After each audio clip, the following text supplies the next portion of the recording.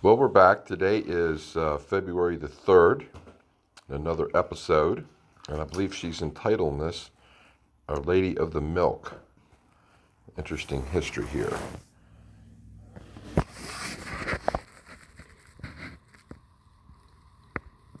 You go. Good morning. I wasn't sure what I was going to talk about today, but Curtis mentioned a lady's name and it reminded me of something, so that's how I know what I'm going to speak on today.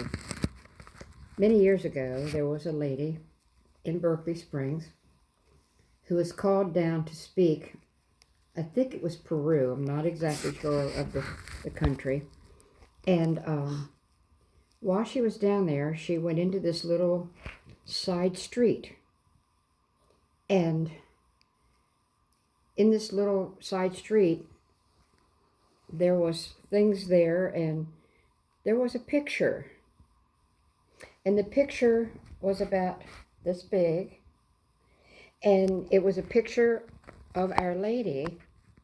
Her breast is exposed, and there's milk dripping from her breast. And at that time, in her head, she heard, "Buy that and take that back to Peg Perry for Maria's garden." Well, she didn't do it. She didn't even know why that came into her head.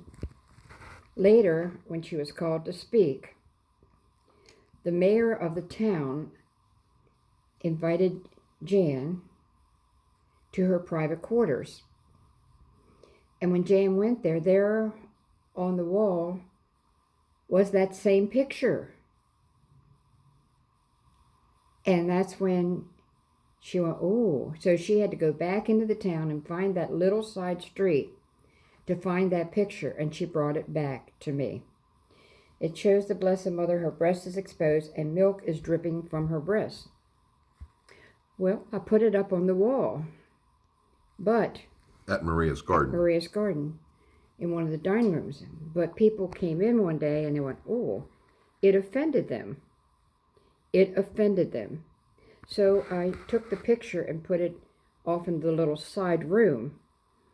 And now I'm kind of chuckling when I'm thinking about this, because mothers were made to nurse their babies. We have that issue now. People are complaining about mothers Yeah, nursing. and mothers public. go into, they're going to nurse their baby. They have to put something over while they're nursing the baby so they don't offend anybody. But that's the way God made it. Now, let me explain something to you, how I learned more about this picture and Our Lady of the Milk, which is called Our Lady of leLeche. You've heard of the leLeche League? It means the League of the Milk, Our Lady of the Milk. However, where did that originate? Over in Bethlehem, near the Church of the Nativity. A few yards down, there is another church. It's called Our Lady of the Milk Grotto. And it was Saint Helena who built the Church of the Nativity, but a few yards down, it was Saint Paula who built the Milk Grotto. Now, what was the Milk Grotto? Tradition has it, this is a cave. The church was built over the cave. And it was called the Milk Grotto because that's the cave where the Blessed Mother nursed Jesus. And some of the drops of milk fell onto the rocks below and turned all the rocks white. So, it's known as Our Lady of the Milk. I was curious about that, but if you stop and think, Jesus was born in a cave. Well, a cave isn't one little tiny structure. If you go into a mountain, there's a cave, but there's passages that go back.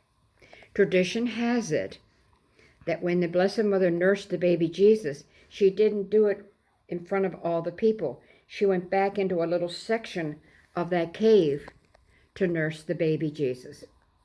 And that's where the Milk Grotto is today. It's the same cave of the Nativity, but passages going back. And that's called the Milk Grotto. So I was learning this at the time, and one day this man came to my door. He enacts the life of George Washington, and he was in town, and he came and knocked at my door, and he said, "Here, I got this at the library, and I felt led to bring it to you."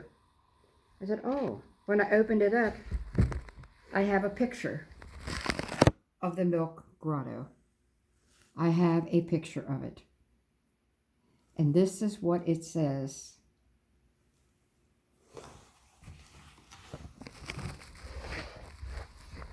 According to legend, Mary suckled her child in the cave at Bethlehem. The Milk Grotto left. Before leaving for Egypt, the Holy Family were traveling in the desert. But anyway, that's where she stopped to nurse the baby Jesus. And it turned all the rocks white. Now, down... 2 minutes. Got about 2 minutes. Hmm? You have about 2 minutes. Down in St. Augustine, Florida, where the first Mass was celebrated, there's a little passageway that goes back into the woods. There's a little chapel there where our first Mass was celebrated. St. Augustine, Florida, and I taught on that. First Mass was celebrated. There's a little walkway that goes into the woods. In that walkway is a little chapel. I went there, and in that little chapel, there was a statue of Our Lady with her breast exposed. She's nursing the baby Jesus, Our Lady of the Milk. How was that brought to America? Because when the Franciscans took charge of the Holy Land, they exported some of the white stones from that grotto over there, brought that to America. And that's why the first shrine to Our Lady in the United States of America is Our Lady of the Milk. This is the land flowing with milk and honey. And the first shrine is Our Lady of the Milk. I wanted to tie that in today because most people don't even know that. So, Did you want to just make a quick note about the original name of the Chesapeake Bay and the Mississippi River? well, it's history of our country. Like most people don't know, the Chesapeake Bay was once known as the Bay of the Mother of God. If you Google on your computer, it'll tell you. The Mississippi River was once known as the River of the Immaculate Conception.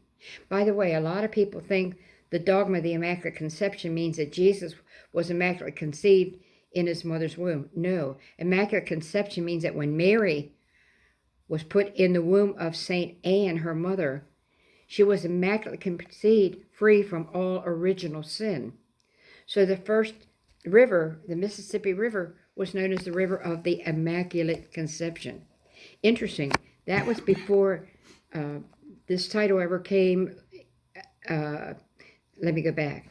It's interesting because in 1846, it was the United States Catholic bishops that petitioned Rome to define that dogma. It was declared in 1854 by Pope Pius IX. Then in 1858, she appeared to Bernadette in France. And she said to Bernadette, "I am the Immaculate Conception." That was something that the people believed for... Yeah, but it wasn't for set down as a centuries, dogma. yes. Okay. One more little thing. And it's interesting because our national shrine for the United States of America, which, by the way, is in Washington, D.C., is called the Shrine of the Immaculate Conception. It's now elevated to the rank of a basilica, means it's directly under the Pope. Interesting. God is doing things we don't even know it. Thank you. Whew.